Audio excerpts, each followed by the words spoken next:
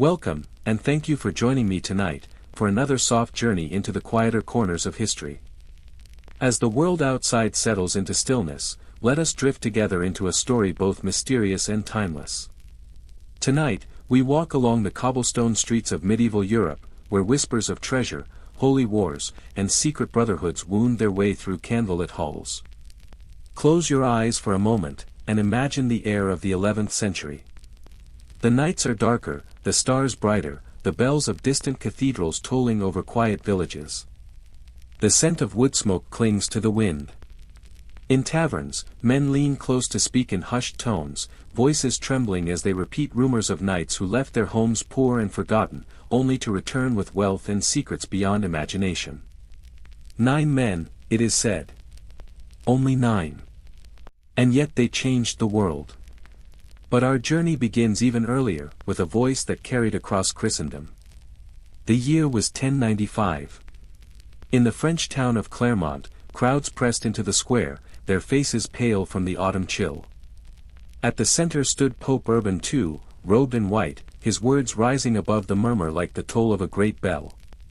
With fire in his eyes, he called upon princes, peasants, and warriors alike to march eastward, to liberate the Holy Sepulchre in Jerusalem from Muslim rule.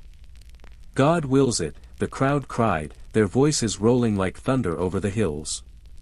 And so began the First Crusade, a tide of humanity spilling across Europe toward the east. Lords sold their estates, peasants abandoned their fields, merchants loaded carts with supplies. Men who had never left their villages now marched toward lands they knew only from Scripture, driven by faith, desperation, or the hope of glory.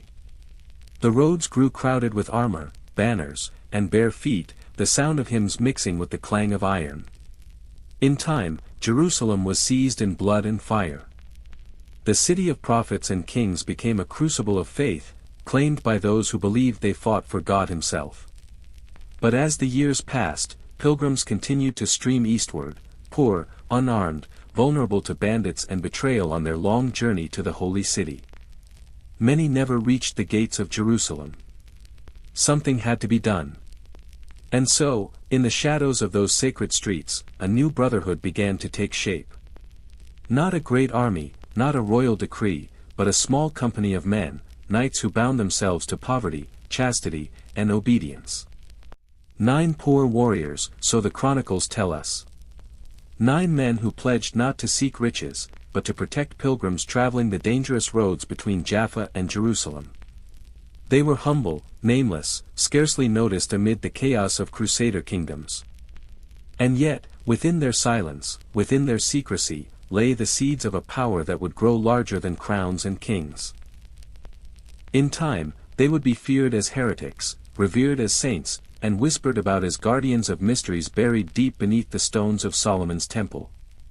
But for now, as the year 1095 echoes in our memory, let us pause here, in the square at Clermont, with the Pope's words still ringing in our ears, and the Great Crusade just beginning. The stage has been set, the road eastward opened, and among the pilgrims trudging toward Jerusalem, destiny waits for 9 poor knights who will change the story of Europe forever. The year was 1119. The dust of the First Crusade still clung to the streets of Jerusalem. Its golden domes glimmered in the sunlight, but beneath the hymns and prayers, the city was scarred, walls cracked from siege engines, courtyards marked with the soot of fire, and alleys haunted by silence where once pilgrims had walked freely. Into this fragile world rode 9 knights. Poor, nameless men by the measure of courts and kings, yet bound by something deeper than coin or glory. Their leader was Hugh de Payens, a man of quiet resolve, whose armor bore more dents than shine. At his side rode 8 companions, each one hardened by the Crusades, each one carrying not wealth, but a vow. They called themselves the poor fellow soldiers of Christ and of the Temple of Solomon. Their mission was humble, even small, to guard pilgrims traveling the treacherous road between Jaffa and Jerusalem. Those roads were plagued by brigands and raiders, and many who sought the holy city never lived to see its gates. 9 men against countless dangers seemed almost laughable, yet they pledged themselves all the same. And then something curious happened. King Baldwin II, ruler of the Crusader kingdom of Jerusalem, granted these 9 poor knights a place to live, not in some crumbling barracks or dusty corner of the city, but within the most sacred ground itself, the Temple Mount. Their quarters were set inside what remained of Solomon's Temple, that ancient site steeped in legend, where Scripture said the Ark of the Covenant once rested, where prophets had walked, where mysteries still whispered beneath the stones. The choice startled many. Why would 9 poor knights, with little to their name, be given such prime, holy land? Other orders had to beg for patronage, yet these men were welcomed into the very heart of Jerusalem. At first, it was explained simply. The temple was large, and the knights, humble protectors of pilgrims, needed a base. But in taverns and markets, the rumors spread quickly. Locals whispered that these knights spent more time beneath the ground than above it.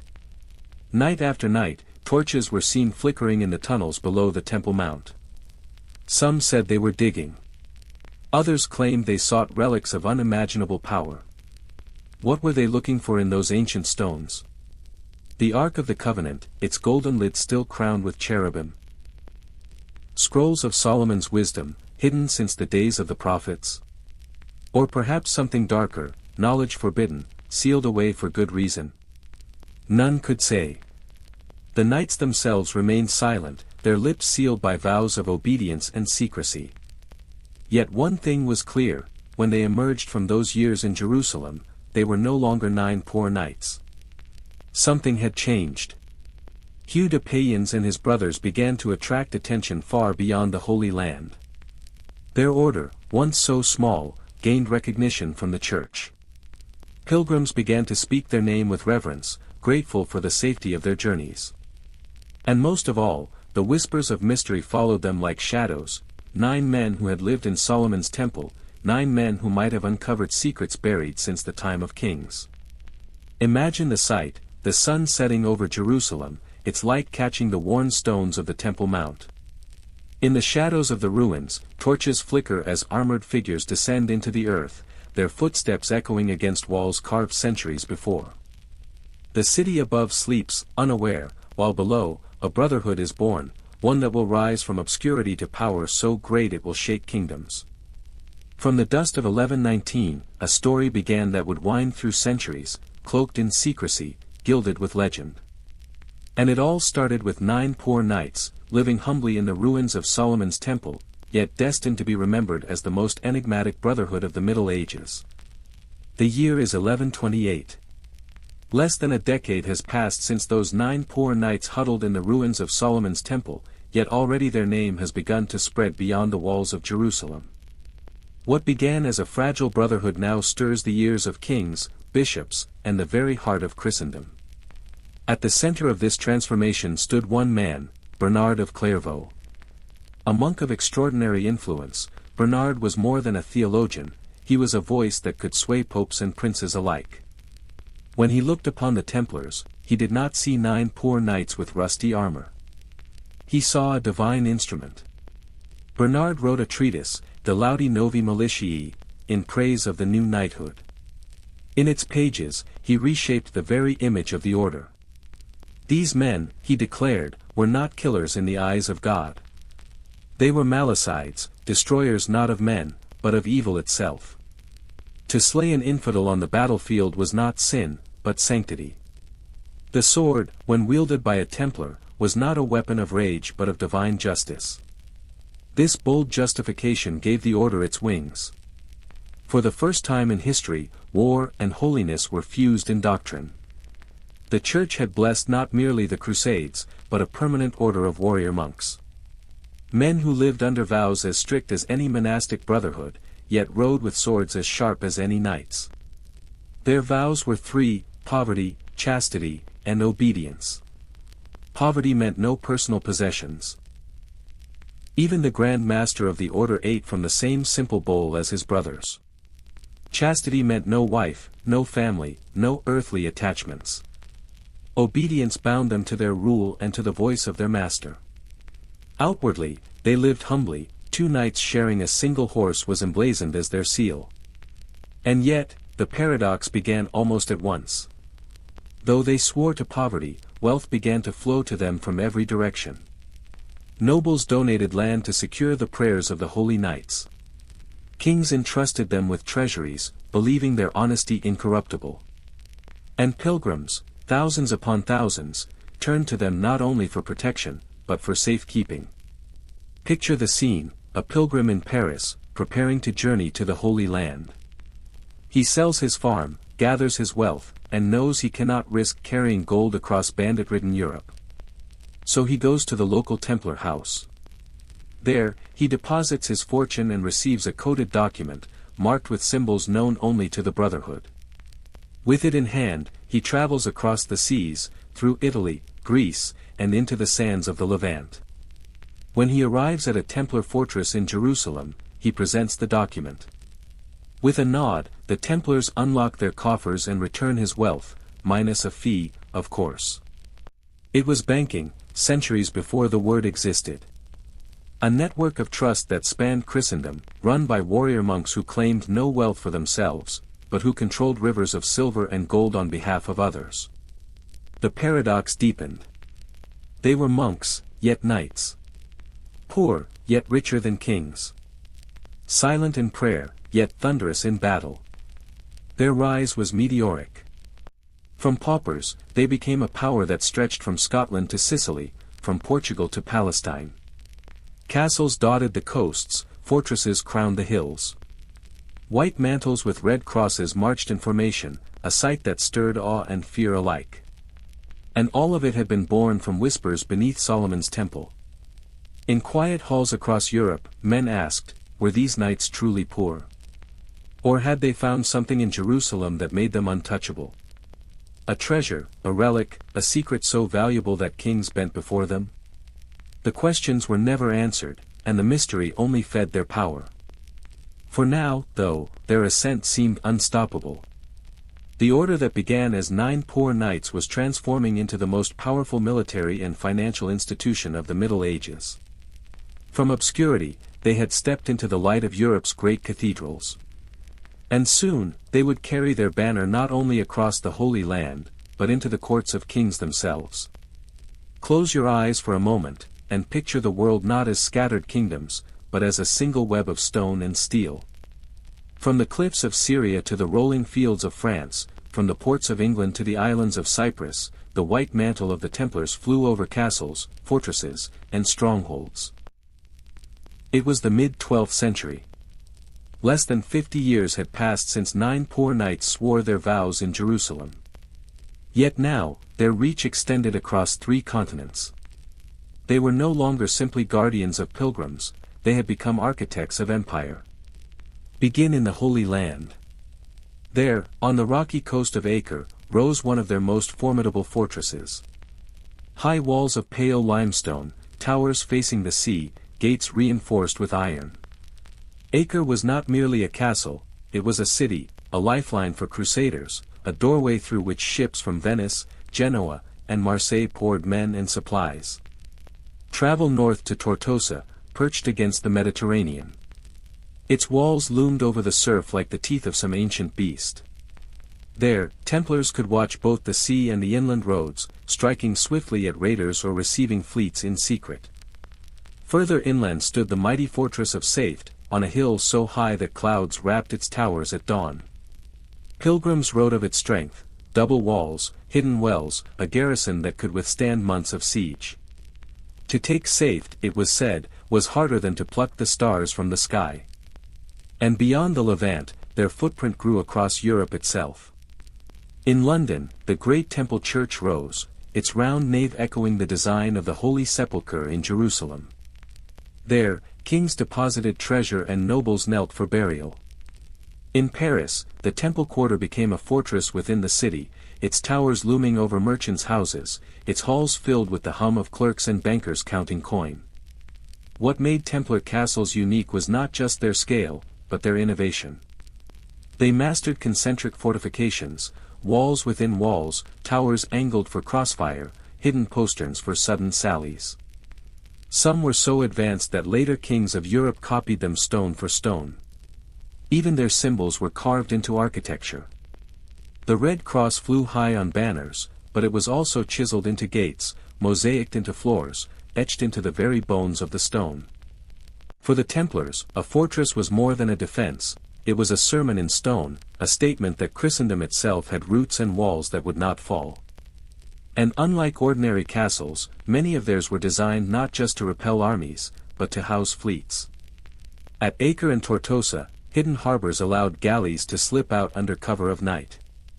Slowly, quietly, the Templars were building not only castles but a navy. Tactics and the battlefield.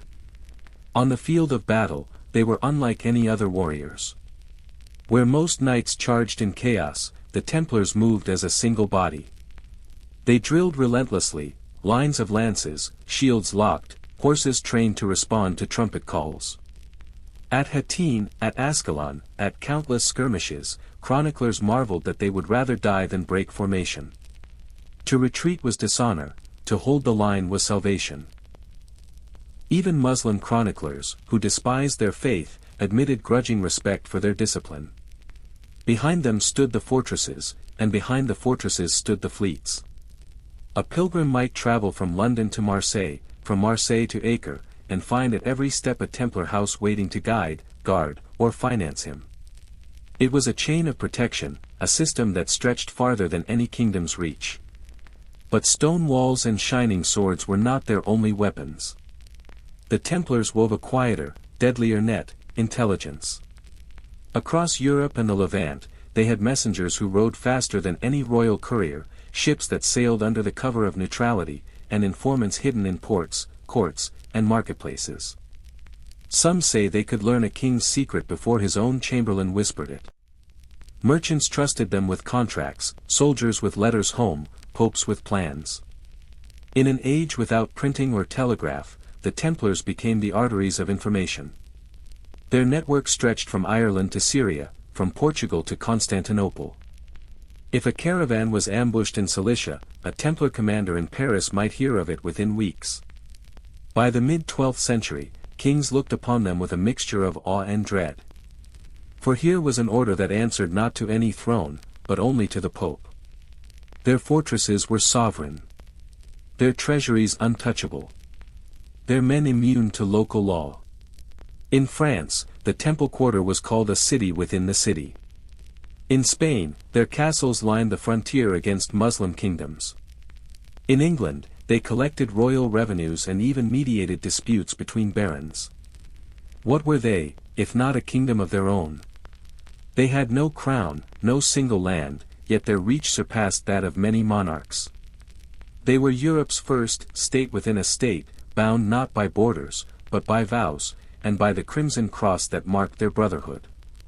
And so, as you drift deeper into this story, imagine the torchlit walls of a Templar fortress. Hear the clang of hammers striking stone, the murmur of chants in the chapel, the splash of oars in hidden harbors. See the red cross fluttering above towers that seemed to scrape the heavens. From paupers they had risen to princes in all but name. Their castles dotted continents, their fleets crossed seas, their messengers carried whispers faster than kings could decree. Yet in their strength, the seeds of suspicion were already sown. For what kingdom rises so swiftly, without awakening jealousy? What order builds walls so high, without casting shadows upon itself? The Templars had become architects of empire, but empires, as history whispers, never last forever. Settle back into the quiet of the night, the fire crackles low, the world outside falls into stillness, and our story turns toward whispers rather than walls, toward rumors rather than armies. For what makes the Knights Templar so enduring in memory is not only their castles or their courage, but the mysteries they carried with them into the silence of centuries. It is the year 1140.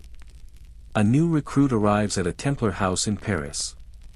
He is weary from pilgrimage, humbled by vows of obedience, and yet, he is told that before he can wear the white mantle with the red cross, he must undergo the secret ritual of initiation. The chapel doors close. Torches gutter. Outside, the brothers chant psalms.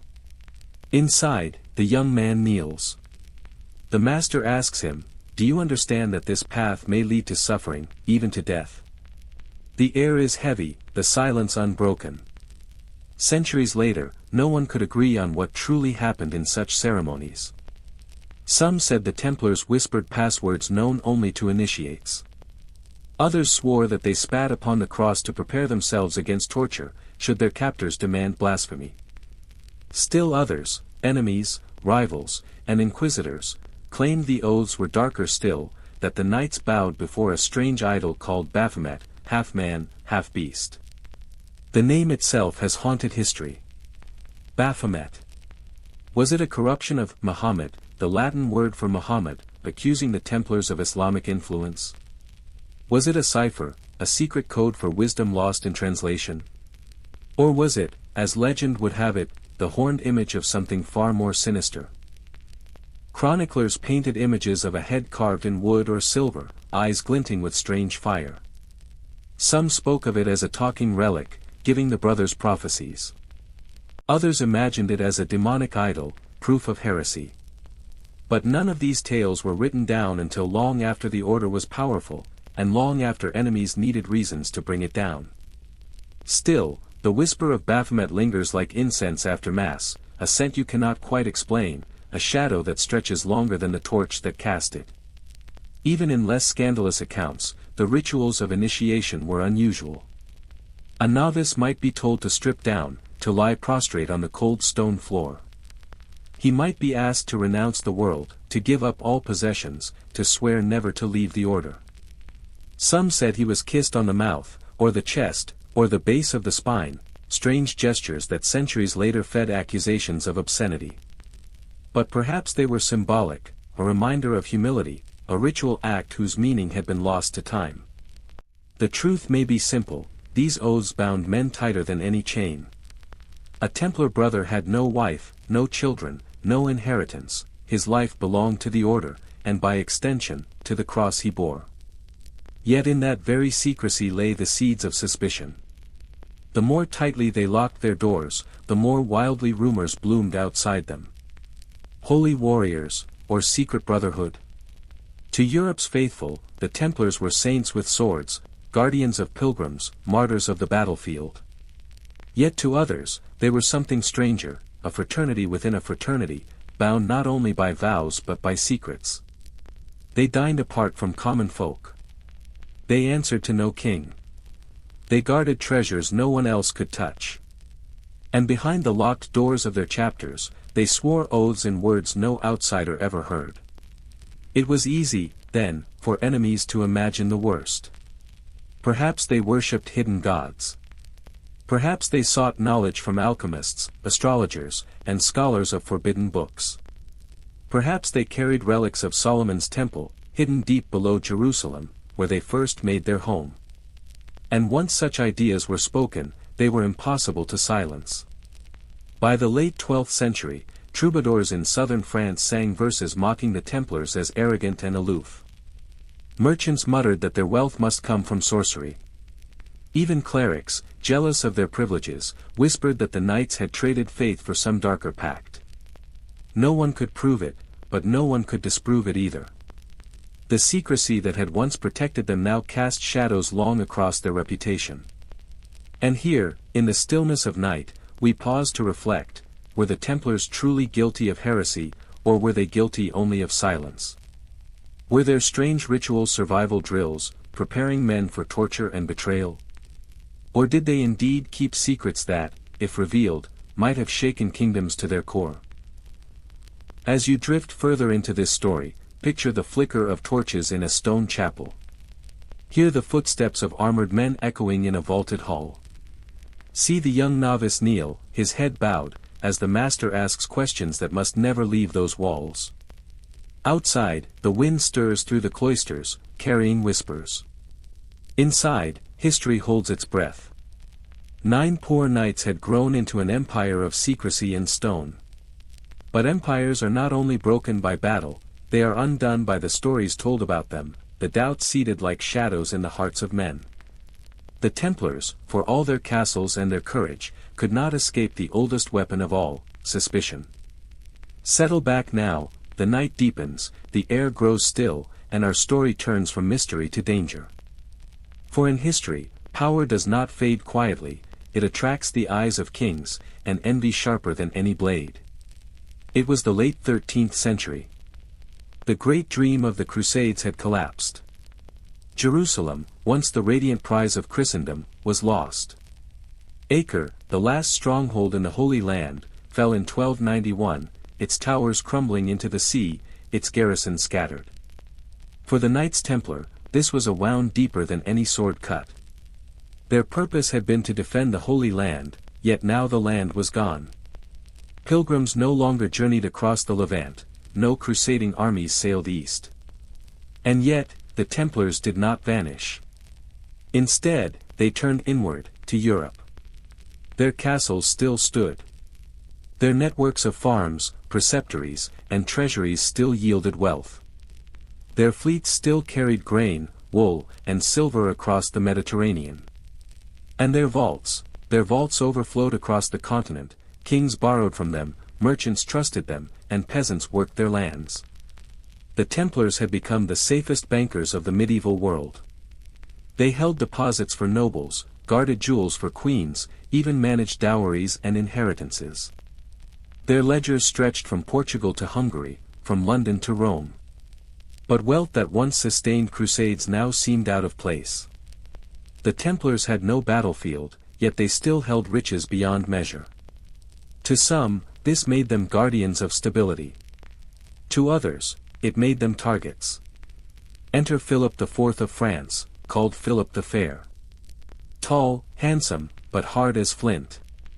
His reign glittered with pageantry, yet behind the walls of his palaces, his coffers lay bare. France was drowning in debt. Wars against England, extravagance at court, even disputes with the papacy had drained the treasury. Coins were clipped, taxes raised, but the kingdom remained hungry for silver. And there, just beyond his reach, stood the Templars' fortress in Paris, its towers like stone sentinels, its vaults filled with chests of gold. Philip had borrowed from the Templars often, and he despised it. Each loan reminded him of his weakness. Each repayment hollowed his pride. Kings were meant to command, not beg at the doors of monks in armor. Whispers began. Advisors reminded him, the Templars are rich, but they no longer fight. They are knights without a war, bankers without a crown. Why should such a brotherhood exist, untouchable, within your very city? Philip's eyes, sharp and cold, turned toward the temple. He had envied them before, now he hungered for their destruction. But envy alone could not topple them. The order answered only to the Pope, not to any king. To strike at them, Philip would need more than jealousy, he would need accusation. And so the old shadows returned. Whispers of strange rituals, of heresies long suspected, began to drift through Paris. Were the Templars truly Christian? Or did they bow before secret idols in the dark? Did they deny Christ, or embrace demons? No proof was offered, only stories, stories that Philip encouraged, fanned, and spread like sparks in dry grass. For suspicion is as deadly as steel, and a lie repeated often enough begins to sound like truth. By the close of the century, the stage was set. The Templars still believed themselves untouchable, sheltered by papal favor, armored in centuries of service. But around them, enemies gathered in high places. Kings who owed them debts. Clerics jealous of their independence. Merchants who coveted their lands. And at the center of the web, Philip IV of France, a king with empty coffers and iron resolve. He would not rest until the vaults of the temple were his. So as you drift deeper into this story, imagine the Paris temple at twilight. Within its stone towers, chests of gold gleam in torchlight, guarded by silent knights. Outside, in the royal palace, a king paces the floor, his crown heavy, his hands empty. The Templars had survived battlefields and sieges, arrows and fire. But the deadliest foe was already upon them, not in the Holy Land, but at home, in Europe's courts. It was not swords that would bring them down, but suspicion sharpened into law. And soon, very soon, the greatest order of knights the world had ever seen would face their reckoning. The night is deep now, and with it, our story enters its darkest hour. For legends are not only born in battlefields, they are forged in betrayal, in the silence before dawn, and in the sound of iron keys turning in locks. It was Friday, October 13th, 1307. The day began as any other in the Kingdom of France, markets opening, church bells tolling, bread ovens glowing with their first loaves of the morning. But as the sun rose over Paris, a shadow moved across the city.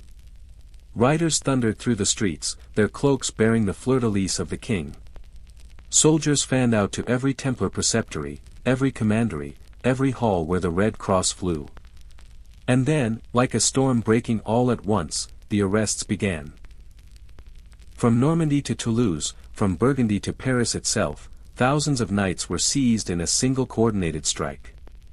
Doors splintered under axes. Monks in armor, still half asleep, were dragged into the cold streets. Accounts tell of brothers pulled from their beds, their mantles torn away, their faces bewildered with disbelief. In Paris, the heart of the order, the blow struck hardest. There, in the great temple fortress, stood Jacques de Molay, the Grand Master of the Templars. At nearly 70 years old, he had seen the fall of Jerusalem, the loss of Acre, the decline of crusading hopes. Yet even he could not have imagined betrayal on this scale. De Molay and his officers were shackled and paraded before the people, men once hailed as guardians of Christendom, now treated as criminals. The accusations were shocking. Heresy. Blasphemy. Sodomy. Idolatry. Witnesses claimed the Templars denied Christ during initiation, spitting on the cross to prove their loyalty only to each other. Others swore they worshipped a strange head, perhaps the fabled Baphomet. Still others whispered of obscene rituals, of oaths sealed in shameful kisses, of secret rites carried out in midnight chapels. The truth mattered little. Under torture, confessions poured forth. Brothers screamed as racks stretched their limbs. Flames licked their feet, iron seared their flesh. And when the pain grew unbearable, they said whatever their captors demanded. Yes, we denied Christ. Yes, we worshipped idols. Yes, we were guilty. But when the tortures ended, many recanted. They swore the words had been forced from them, that the order was innocent. Yet the damage was done. The stain was inked onto their name. And then came the question every king longed to answer: what of the treasure of the temple? For years, the Paris temple had been said to house vaults filled with gold, silver, jewels, and relics gathered across centuries of crusades. Enough, perhaps, to rival the wealth of any crown. Yet when Philip's men broke into the vaults, they found nothing. No chests of gold. No troves of silver. No relics beyond common liturgical items. Had the Templars foreseen the blow and spirited away their treasure? Was it hidden in secret tunnels, carried off by ships on the Seine, sent to England, or Cyprus, or perhaps to lands even farther away? The mystery remains unsolved, and it only deepened the aura of secrecy that surrounded them. Why, you may wonder, do we still shiver at the number 13, at Fridays that fall upon it? Some say the superstition is older, a mix of pagan fears and Christian warnings. But for many, its true curse began here, on this day, when dawn broke over Paris and an entire brotherhood was betrayed. Friday the 13th became the day of disaster, the date of broken trust. A single morning that destroyed one of the most powerful orders in Europe. And in the centuries that followed, the association lingered. Passed from whispers to folklore, from folklore to legend, until even today, the unlucky day carries the shadow of that morning raid. Among those arrested was Jacques de Molay himself. Grand Master, leader, and now prisoner. In chains, he protested his innocence.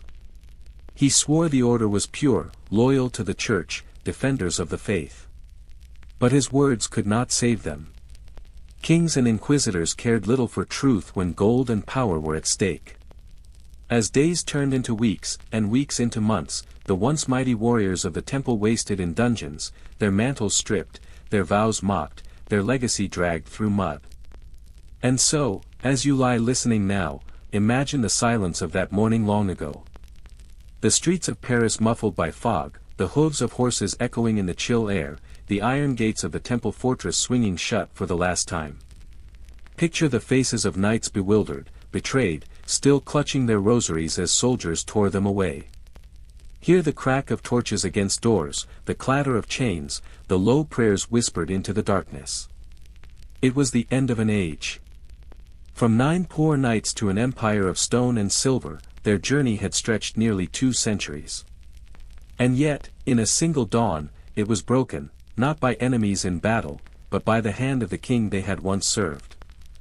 Friday the 13th, 1307, a day the Templars never forgot, and one history still remembers in silence and in superstition.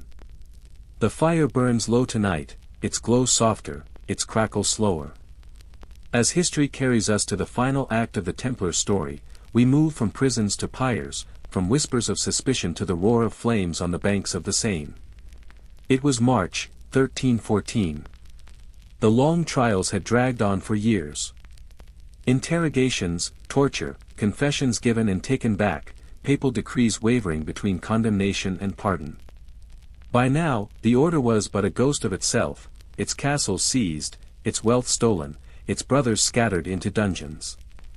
Yet one figure remained, tall even in chains, unbroken even in disgrace, Jacques de Molay, the last Grand Master of the Knights Templar. He was in his 70s, weary with age, but his eyes still burned with the same steel that had led men on crusade. On a grey March morning, a crowd gathered in Paris. The island of the Seine, near where Notre Dame's towers cast their shadow, was prepared for execution. 2 great stakes were raised, bundles of wood piled high, pitch poured to quicken the flame. Spectators whispered prayers, or curses, or curiosity. For this was no common criminal to be burned alive, this was the Grand Master of the most powerful order Christendom had ever known. As the flames were readied, Jacques de Molay was brought forth. Chains clinked, his white mantle torn, his once proud cross now smeared with dirt. A clerk stepped forward, reading aloud his supposed confession, admitting heresy, idolatry, betrayal of Christ. The ritual was meant to be final, a last humiliation before the fire claimed him. But then, in a voice that carried over the Seine, de Molay did the unthinkable. He recanted. "I confess nothing," he cried. "We are innocent. The order is pure. We have been betrayed by lies and greed."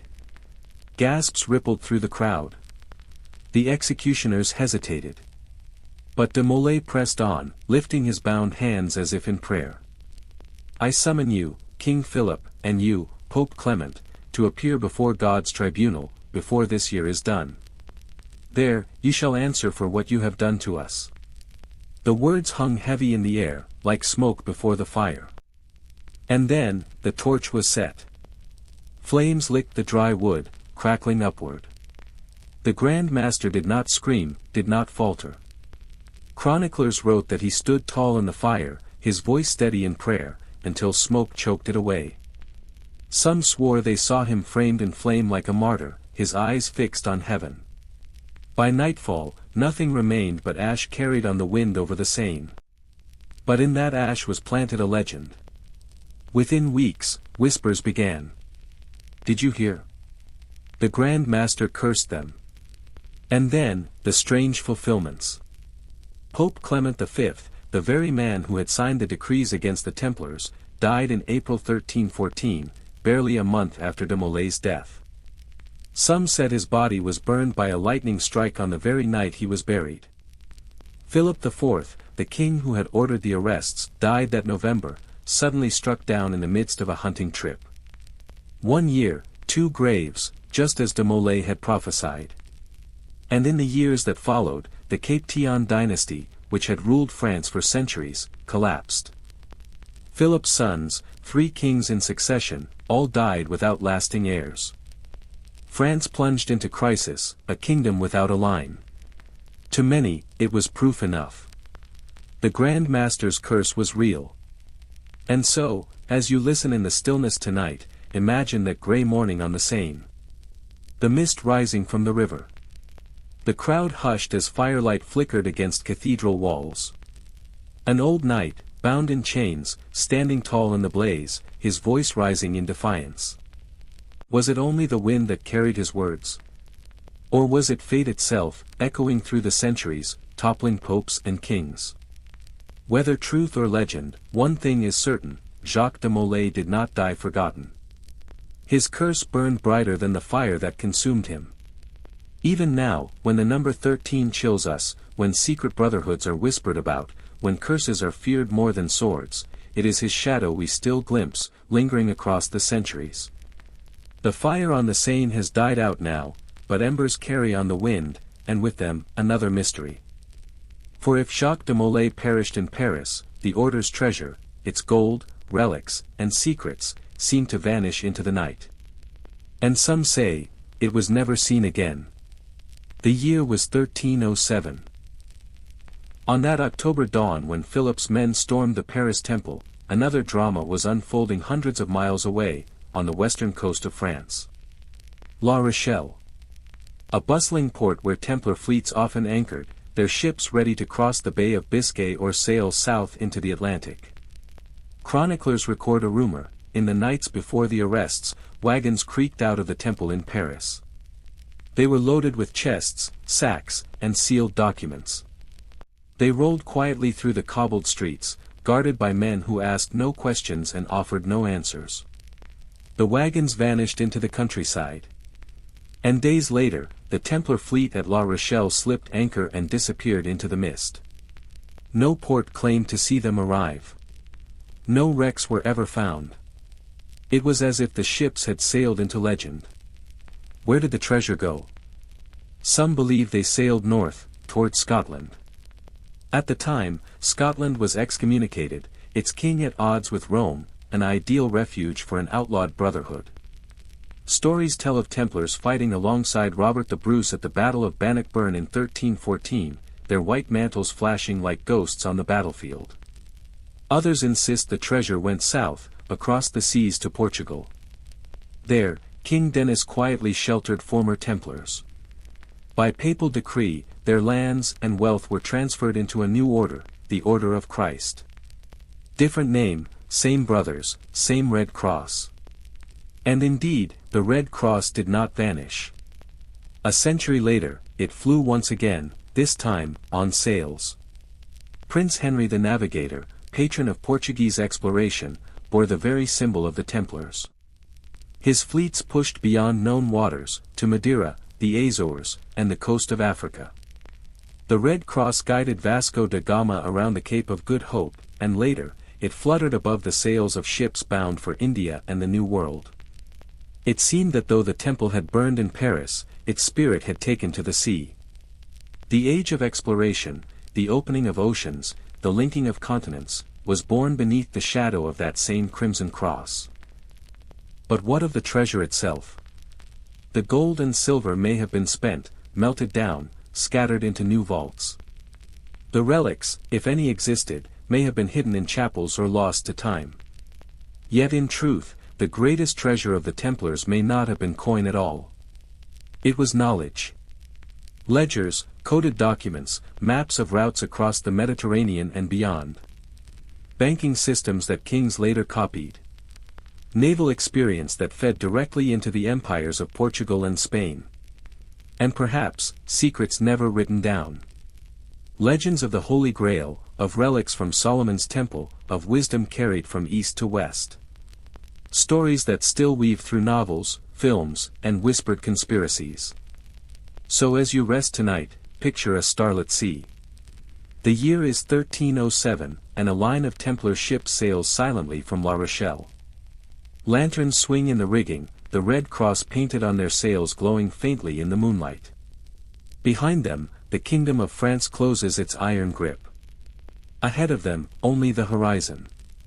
Where did they go? To Scotland, to Portugal, to distant lands across the ocean? Or did they sink into the sea, taking their secrets with them? We cannot know for certain. But their legacy endured.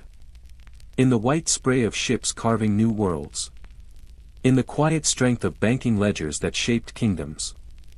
In the haunting memory of 9 poor knights who built an empire, lost it, and yet somehow, never quite vanished. The firelight fades lower now, the story nears its end. But the tale of the Templars does not vanish with Jacques de Molay, nor with the ashes that drifted over the Seine. Their presence lingers, in stone, in ritual, in whispers that echo through the centuries. Travel north, to Scotland. There stands Rosslyn Chapel, built in the 15th century, its walls carved with symbols that seem older than the church itself. Knights, stars, vines, and geometric patterns, motifs that many believe echo Templar designs. Did Templar survivors find refuge here, weaving their lore into the chapel's stone? Or is it only coincidence, the imagination of centuries seeking patterns where none were meant? Either way, visitors still step into Rosslyn and feel the weight of a secret, the sense that the stones are speaking in a language half forgotten. And from stones, the whispers spread into men. By the 17th and 18th centuries, a new fraternity rose in Europe, Freemasonry.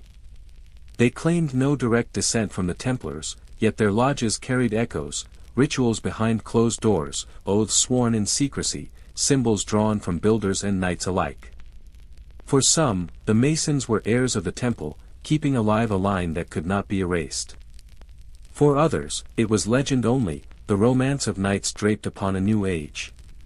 Still, the connection endures, a thread linking medieval crusaders to Enlightenment thinkers, a reminder that stories are as powerful as bloodlines. And what of their true treasure? Perhaps it was never the chests of gold, nor the jewels. Nor the relics rumored to lie beneath Solomon's temple. Perhaps it was knowledge. Banking systems that shaped Europe. Methods of diplomacy that bridged nations. Naval expertise that launched the age of exploration. The very idea that discipline, secrecy, and brotherhood could bind men tighter than chains of kings. This, more than coin, endured.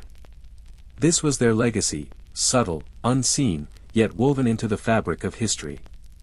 So rest now, and picture the Red Cross not as a banner of war, but as a shadow on stone.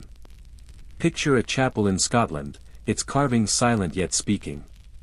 Picture sails on the ocean, bearing a mark that once guarded pilgrims, now guiding explorers. The Knights Templar were burned, broken, scattered. Yet their memory endures, in stones, in stories, in the quiet patterns of history. For though their order turned to ashes, their whispers still echo, in castles, in chapels, and in the stones of Europe.